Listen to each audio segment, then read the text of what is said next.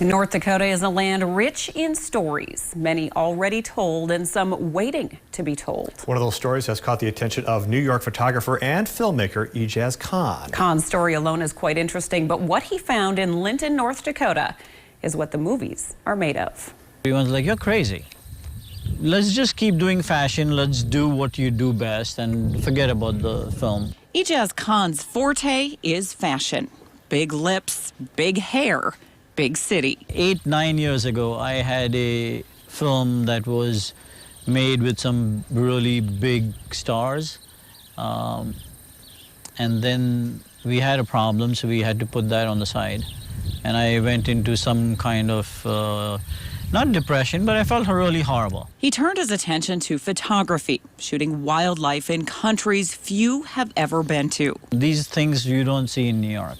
One of his greatest passions became photographing horses. That's when Khan found himself in North Dakota. And then I met Frank. And Frank and I think I fell in love with Frank. Who happens to be quite the character. I'm not crazy about being an actor. He's no prima donna of New York, just a man with a passion. Frank Kuntz has dedicated his life to saving the Nokota horse.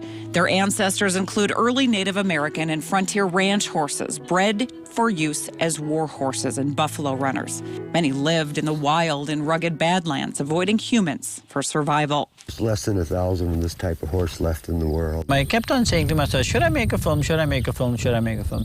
Because I think it's so important, the information that he stores in his mind, right? And it's not on paper, and it's not passed down to anyone else. They're tough. I mean, they'll go and go. Tough and a rare breed.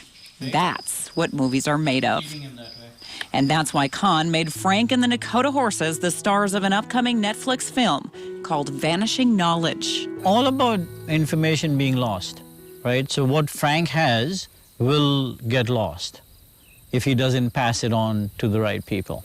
A lot of people just don't know the history of what happened to that horse. But now Frank's message will be shared with the world, all because a New York filmmaker came to rural Linton to see a man about a horse.